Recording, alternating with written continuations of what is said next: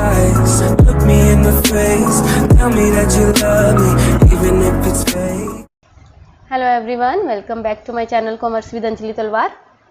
हमने जो last class में अपना कैश बुक वाला चैप्टर स्टार्ट किया था उसका बेसिक्स हम पूरा अच्छे से कर चुके हैं। तो आज हम आपको प्रैक्टिकल वाला स्टार्ट करवा रहे हैं, प्रैक्टिकल पोर्शन जो कि सिंगल कॉलम कैश बुक। आज की क्लास में हम ये सिंगल कॉलम कैश बुक अच्छे से कवर करेंगे, ठीक है। सिंगल कॉलम कैश बुक क्या है? कहता है एक फॉर्मेट है जो एक अकाउंट से रिलेटेड, जैसे लेजर बनती है ना टी फॉर्मेट, वैसे ही होता है, ठीक है। एक हर मतलब लेफ्ट साइड इसको हम डेबिट साइड कहते हैं। देखो मैंने आपको ये करवा रखा है ऑलरेडी। ये फॉर्मेट है सिंगल कॉलम का। इसमें हम क्या करते हैं, एक सेकंड को देखो, इसमें हमने इसको दो पार्ट्स में डिवाइड कर दिया। ये इसको हम टी फॉर्मेट इसलिए कहते हैं, दो पार्ट्स में डिवाइड कर दिया इसको, ठीक है। एक साइड होगी डेबिट साइड और एक साइड होगी क्रेडिट साइड, ठीक है। और उसके बाद जो डेबिट साइड है उसमें क्या क्या आएगा? Date, particulars, voucher number, ledger folio, amount. क्या क्या आया? काम देखो किस चीज का है, काम हमारे पास पता है किसका है? सिर्फ इन दोनों का, पर्टिकुलर्स का मेन और अमाउंट का। लेकिन फॉर्मेट है तो बनाना पड़ेगा, तो डेट का फॉर्मेट बनेगा जैसे हमारा जर्नल में बन रहा था, पर्टिकुलर्स अमाउंट तो बनेगा ही, साथ में क्या आ गया? वाउचर नंबर और लेजर फोलियो। सेम ऐसे ही क्रेडिट साइड में date, particulars, voucher number, ledger folio और अमाउंट। और इन दोनों का कोई काम नहीं है अपने प्रैक्टिकल क्वेश्चन में, ये मैं आपको पहले बता दूं। तो इसमें कितने कॉलम्स बने? So it is clear from the above that columns on both sides of cash book similar होंगे हमारे। तो कितने कॉलम्स हमारे बने हैं? पहले तो डेट का, जिसमें डे, मंथ, ईयर वगैरह लिखेंगे। पर्टिकुलर्स का, जिसमें अकाउंट का नाम लिखेंगे कि कैश क्यों बढ़ा या क्यों कम हुआ। वाउचर नंबर का, ठीक है, जो डॉक्यूमेंट है मतलब जो बिल मिलता है ना उसको हम बेसिकली वाउचर कह देते हैं, ठीक है। तो जिसको सपोर्ट करता है इस एंट्री को कि हाँ भाई ये हुई है ये ट्रांजैक्शन, ठीक है, वेरीफाई करने के लिए, तो वो लिखते हैं इसमें कि वो वाउचर नंबर कितना है। लेजर फोलियो लिखते हैं कि कल को अगर लेजर में पोस्ट करते हैं तो उस कौन से पेज नंबर पे हमने इसको लेजर को ट्रांसफर किया है। और अमाउंट रिकॉर्ड करेंगे डेबिट साइड और क्रेडिट साइड। और यहीं पे समझ लो मैंने आपको एक बात बताई थी, कैश बुक है, और कैश बुक क्या होती है? हमारी एसेट होती है। कैश क्या होता है? हमारी एसेट है। एसेट बढ़ेगी तो डेबिट होगी, एसेट कम होगी तो क्रेडिट होगी। यही समझ लो, अगर पैसा बढ़ेगा तो वो डेबिट साइड आता जाएगा, कम होगा तो क्रेडिट साइड। अगर ये बात समझ आ गई ना, आपको आगे कुछ भी टेंशन लेने की जरूरत नहीं है। इसमें तीन बातें नोट करनी है। क्या? सबसे पहले तो सिर्फ कैश से रिलेटेड ट्रांजैक्शन लिखनी है। किससे रिलेटेड? सिर्फ कैश से। कोई उधार की ट्रांजैक्शन है वो हमें नहीं लिखनी। इसमें इफेक्ट किसका दिखाना है? कैश का।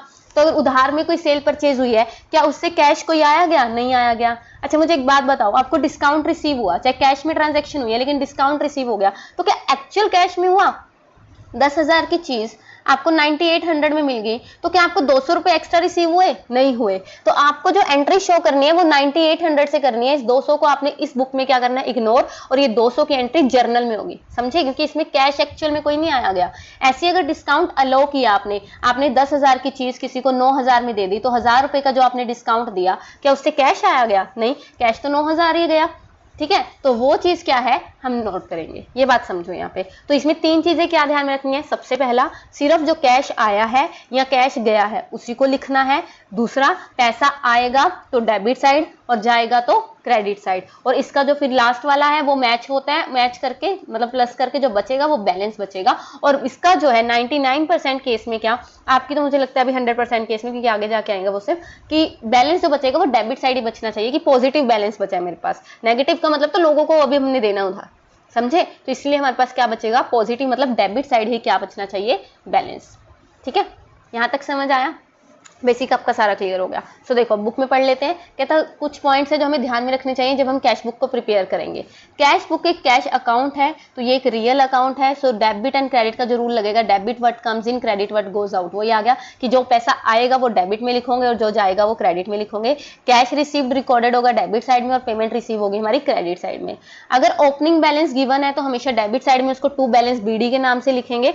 टू बैलेंस बीडी मतलब बैलेंस ब्रॉट डाउन, कि हम जो ऊपर बैलेंस पड़ा है उसी को नीचे लेके आ रहे हैं, वो हमेशा किसमें लिखेंगे? डेबिट साइड, क्योंकि एसेट का बैलेंस होता ही क्या है? डेबिट होता है ना। और जो सिंगल कॉलम कैश बुक है उसमें चेक का भी कोई रिकॉर्ड नहीं लिखेंगे, क्योंकि बैंक अकाउंट अभी हम नहीं बना रहे, वो आगे आएगा। Cash discount allowed and received, इसका भी कोई रिकॉर्ड हम अभी नहीं लिखेंगे, ठीक है, क्योंकि जो डिस्काउंट अलाउड है, डिस्काउंट रिसीव्ड है, कैंसिलेशन है इनका, ठीक है, तो ये सारा जर्नल में लिखेंगे, क्योंकि एक्चुअल कैश का इस पर कोई इफेक्ट नहीं पड़ता। जब हम कैश बुक मेंटेन करते हैं तो लेजर में कैश अकाउंट नहीं बनाते, ये हमने लास्ट क्लास में पढ़ा था। जब हम कोई भी एंट्री रिकॉर्ड करेंगे कैश बुक में, तो एक कोरस्पॉन्डिंग एंट्री लेजर में भी रिकॉर्ड होगी। फॉर एग्जांपल बताती हूँ, 2000 गोपाल से रिसीव हुए, तो रिसिप्ट है तो डेबिट होगा, कैश अकाउंट डेबिट, और गोपाल के अकाउंट में क्या हो जाएगा? लेजर में वो क्रेडिट हो जाएगा, क्योंकि डबल एंट्री है ना, तो दो अकाउंट में तो जाएगा इफेक्ट, ठीक है। उसके बाद जब हम कैश बुक मेंटेन करेंगे तो कैश अकाउंट नहीं ओपन करेंगे। भाई साहब ये सेम चीज़ क्यों लिख रहे हैं, ये दोनों पॉइंट सेम हो गए, ठीक है। उसके बाद when an entry is recorded in the cash book corresponding entry is recorded in the ledger 2000, ये क्या किया इन्होंने, दोनों एंट्रीज में लगता है यही सेम लिख दी है, चलो कोई बात नहीं, ठीक है, ये समझ आ गया हमें। उसके बाद जब कैश बुक को टोटल हो जाएगा तो उसको हम क्या करेंगे, बैलेंस। अब ये कैसे बैलेंस करना होता है ये सीख लो यहाँ पे, ये आपके लिए यहीं पे ईजी हो जाएगा। कैसे, देखो फॉर एग्जाम्पल मैंने टी फॉर्मेट का बनाया, इधर पर्टिकुलर्स अमाउंट थे, ये आपका बन गया कैश बुक, ठीक है। आपने यहाँ 4 एंट्रीज डाली, यहाँ 2-3 एंट्रीज डाली, ठीक है, जो एंट्रीज थी आपने डाल दी। यहाँ पे आपका टोटल आया 6 लाख का, जब आपने इसको टोटल किया आपका आया 6 लाख का, और इधर आपका टोटल जो बन के आ रहा है वो आ रहा है 540 का, 5,40,000। तो जो 60,000 का बैलेंस बचा, कितने का बैलेंस बचा, 60,000, उसको हम यहाँ लिखेंगे टू बैलेंस CD, और टोटल दोनों का क्या दिखाएंगे, 6 लाख, समझे। तो ये होता है बैलेंस करना कैश बुक का और कैरी फॉरवर्ड। तो जो ही पैसा हम ओपनिंग लिखते हैं वो लिखते हैं टू बैलेंस CD, जो ओपनिंग पैसा होता है वो हम लिखते हैं to balance BD, brought down, और जो लास्ट में बैलेंस आता है उसको हम लिखते हैं CD, कैरी फॉरवर्ड, के आगे लेके जाएंगे, ठीक है, वो चीज़ होती है। सो बैलेंस कैसे करना है, कहता है कैश बुक में भी balance daily, weekly, monthly, depending on the need of the business. So normally ये डेली होती है टू टैली द बैलेंस की, जो कैश बुक में बैलेंस शो हो रहा है वो एक्चुअल कैश पड़ा है हमारे पास कि नहीं पड़ा। तो क्या क्या चीज़ें ध्यान रखनी है जब हमने बैलेंस करना है कैश बुक को।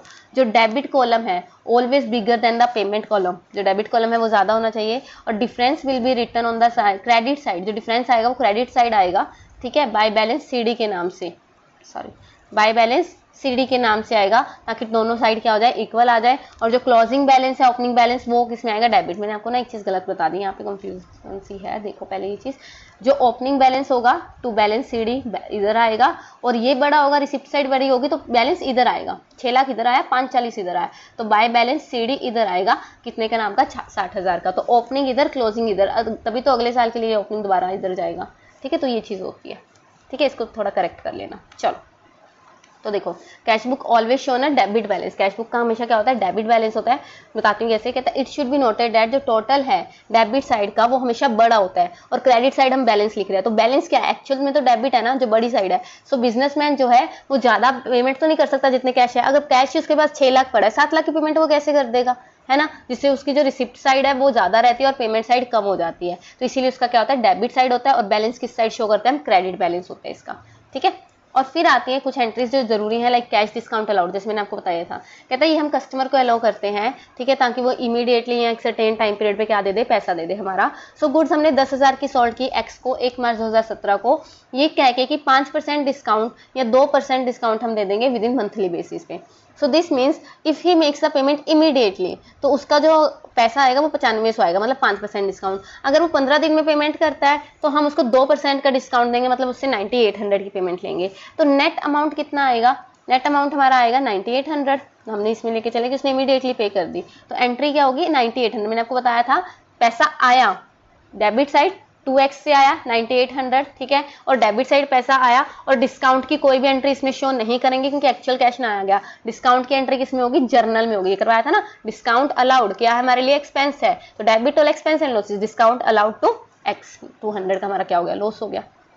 ऐसे अगर कैश डिस्काउंट रिसीव है तो भी हम इसको नहीं दिखाएंगे, किसमें नहीं दिखाएंगे, कैश बुक में, ठीक है। So when we make payment to a creditor before the expiry of fix period, तो हमें कैश डिस्काउंट मिलता है। लाइक अगर हमने 15,000 के गुड्स लिए वाई से 5% की पेमेंट पे, अगर हम विद इन अ वीक कर देते हैं पेमेंट, तो हमें सिर्फ 14,250 देने पड़ेंगे, ठीक है। 5% मतलब क्या हो गया हमारा 7,750, 5% का डिस्काउंट मिल गया। तो एक्चुअल में जो हमने पेमेंट की, अब यहाँ पे क्या है, पैसा जा रहा है, तो बाय 14,250 से, और डिस्काउंट रिसीव्ड हमारा क्या हो गया, डिस्काउंट रिसीव्ड हमारी इनकम होगी, क्रेडिट और इनकम एंड गेन, तो Y2 डिस्काउंट रिसीव्ड 750।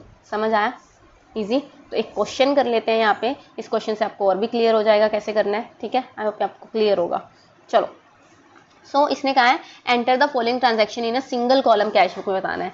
सबसे पहले mister Vipin commenced business with cash, तो 2 लाख कैश से हमने क्या किया, स्टार्ट किया बिजनेस। तो जब मैं यहाँ पे कैश बुक बनाऊंगी तो डेबिट साइड मैंने क्या लिखा, कैपिटल टू कैपिटल 2 लाख। अब ना यहाँ पे एक चीज़ मिसिंग है, ये लिख लो, जब भी हम डेबिट साइड में एंट्रीज करते हैं इसके सामने टू वर्ड यूज़ करते हैं, like to capital account, to sales, to bank, to sales. और जब भी हम क्रेडिट साइड में कोई भी एंट्री करते हैं तो इसके साइड में हम चीज़ इसके आगे लिखते हैं बाय बैंक, इसके यहाँ पे by bank, by purchase, by Surya, ऐसे आना चाहिए था। आई डोंट नो इसने क्यों नहीं लिखा, लेकिन ये रूल है, ठीक है, टू साइड लिखते हैं डेबिट में और बाय साइड लिखते हैं क्रेडिट में। जब लेजर बनाओगे ना तब भी यही रूल है, ठीक है। तो बिजनेस स्टार्ट किया तो हम नॉर्मल क्या लिखेंगे, पैसा आया, बिजनेस ओपनिंग बैलेंस है ये तो टू कैपिटल अकाउंट 2 लाख। यहाँ तक समझ आया। उसके बाद सेकंड एंट्री ये क्या कहता है, ओपन द बैंक अकाउंट और उसमें 75,000 डिपॉजिट करवा दिया। अब यहाँ पे बैंक का कॉलम तो है नहीं, लेकिन बैंक का कॉलम होता तो हम उसमें बढ़ाते, लेकिन जो 75,000 हमने उसमें सबमिट करवाए हैं, 75,000 क्या हमारा कैश नहीं कम हुआ हमारे पास से, कम हुआ ना, तो कम हुआ तो वो क्रेडिट साइड जाएगा कि नहीं जाएगा, किस नाम से, बाय बैंक, कि हमने बैंक में जमा करवा दिए 75,000 और हमारे पास कैश क्या हो गया, कम हो गया क्रेडिट साइड, ठीक है। क्योंकि आपको शायद याद है मैंने अभी आपको करवाया, मैंने अभी आपको करवाया था कि जब भी पैसा आएगा वो डेबिट होगा और जब भी जाएगा वो क्रेडिट होगा, सिर्फ कैश का ध्यान रखो। तो यहाँ पे कैश स्टार्ट हुआ तो 2 लाख आए और बैंक में जमा करवा दिए तो 75,000 क्या हो गए, माइनस हो गए, ठीक है। उसके बाद एंट्री है परचेज्ड गुड्स फॉर कैश 30,000। मुझे बताओ अगर हम गुड्स परचेज कर रहे हैं कैश में तो 30,000 रुपये पेमेंट करनी पड़ेगी, पेमेंट करेंगे तो डेबिट होगा कि नहीं, एक सेकेंड, इसने क्रेडिट क्यों किया, परचेजेस किए तो कैश गया, हाँ सॉरी परचेज किए, गुड्स आए तो कैश गया तो हमारा क्या होगा, क्रेडिट, बाय वाली साइड, इधर जाएगा इधर आएगा, ठीक है। तो परचेजेस क्या हुआ, बाय परचेजेस करके 30,000 आ गए। उसके बाद अब यहाँ पे आ गया परचेज गुड्स 15,000 के, परचेज गुड्स 15,000 के हमने गुड्स किए। अब यहाँ पे किसी का नाम नहीं है पर फॉर कैश भी नहीं है, तो जब कुछ भी नहीं गिवन तो हम एज्यूम करते हैं कि हमने कैश में ही पेमेंट की है, तो बाय परचेजेस 15,000 से कैश गया, ठीक है।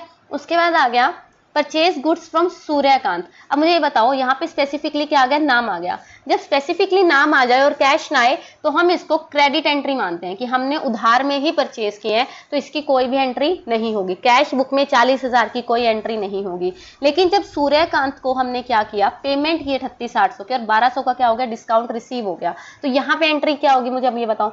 यहाँ पे हमें पता है इस डिस्काउंट की भी कोई एंट्री नहीं होगी क्योंकि इसका एक्चुअल कैश, तो हम पेमेंट कितने की कर रहे हैं, 38,800, तो एंट्री कितने की होगी बेटा, 38,800 बाय पर सूर्यकांत को पेमेंट कर दी कितने की, 38,800 की, समझ आया, ठीक है। उसके बाद सूर्यकांत को तो पेमेंट कर दी, वेजिस पे की कैश में, तो बाय वेजिस 22,500, जब कैश जा ही रहा है तो बाय वेजिस 22,500, ठीक है। उसके बाद पेड टू कैजुअल लेबर 1500, ये भी नॉर्मल है, वेजिस ही ये भी, तो बाय वेजिस 1500, 1500 की फिर से एंट्री कर दी, ठीक है, बाय वेजिस 1500। उसके बाद क्या है, एंट्री है हमारे पास paid electricity bill in cash 12,000, electricity bill किया 12,000 का कैश में, तो 12,000 गया, तो बाय इलेक्ट्रिसिटी चार्जेस या बाय इलेक्ट्रिसिटी बिल भी लिखाते, कोई बड़ी बात नहीं थी, 12,000, ठीक है। मतलब ये सारे क्या है, खर्चे हैं ना, तो पैसा जा रहा है इसीलिए हम इधर लिख रहे हैं और बाय लिखने हैं इसके आगे, ठीक है, नॉर्मल से है। और उसके बाद विड्रू कैश फ्रॉम बैंक, अब बैंक से 40,000 निकलवा लिया तो कैश आ गया मेरे पास, बैंक में कम हो गया लेकिन कैश आ गया, तो कैश आया तो वो टू वाली साइड आएगा कि नहीं आएगा, 40,000 टू वाली साइड आएगा कि नहीं आएगा, टू बैंक 40,000, ठीक है। उसके बाद रिसीव्ड फॉर कैश सेल्स 5,000 की कैश सेल की है तो बाय सेल्स आ गया, सेल्स एक और है, मुझे लगता है मैंने मिस कर दी, 80,000 की कोई सेल्स ऊपर नहीं है, इसने कौन सी 80,000 की, ये रही, sold goods to Devraj for cash 80,000, तो ये भी सेल हुई है तो पैसा आएगा डेबिट साइड, बाय सेल्स के नाम का 80,000 हमारा आ गया, ये देखो, ठीक है। तो बेसिक सी मुझे आपको क्या बात बतानी थी, पैसा आएगा डेबिट साइड, जाएगा क्रेडिट साइड, ठीक है। लास्ट एंट्री देख लो, लास्ट रह गया मुझे लगता है, पेड फॉर मिसलेनियस एक्सपेंसेस होते हैं छोटे मोटे जो हमारे खर्चे हैं, तो 500 का कैश तो फिर भी गया भाई, 500 का कैश गया, बाय मिसलेनियस एक्सपेंसेस 500, यहाँ तक समझ आया। अब मैं क्या करूँगी, मैं इसको बैलेंस करने के लिए इसका टोटल करूँगी, इसका टोटल मेरे पास आया 3,25,000, इन सब का टोटल किया यहाँ तक टोटल किया तो मेरे पास आ रहा था 1,29,700, नहीं तो बैलेंस बचेगा, जो भी टोटल आया इसका वो कम आया, ठीक है, जो भी इसका टोटल आया उसमें से 325 को मैं माइनस करूंगी, तो ये जो बचा ये बैलेंस आना चाहिए ताकि मेरा यहाँ भी क्या आ जाए, 3,25,000 आ जाए। तो अगले महीने के लिए या अगले साल के लिए जो मेरा जो बैलेंस आएगा वो ये आ जाएगा ना, जो ये बैलेंस सीडी था ये क्या हो गया, बैलेंस बीडी हो गया अगले टाइम के लिए, समझे। तो आई होप कि आपको क्लियर हो गया होगा, ईजी है। एक चीज़ याद रखनी है, डेबिट आएगा पैसा और क्रेडिट से जाएगा पैसा, ठीक है, ये करो। मिलते हैं नेक्स्ट क्लास में with the next lecture. Thank you so much. Tell me pretty lies, look me in the face, tell me that you love me, even if it's fake.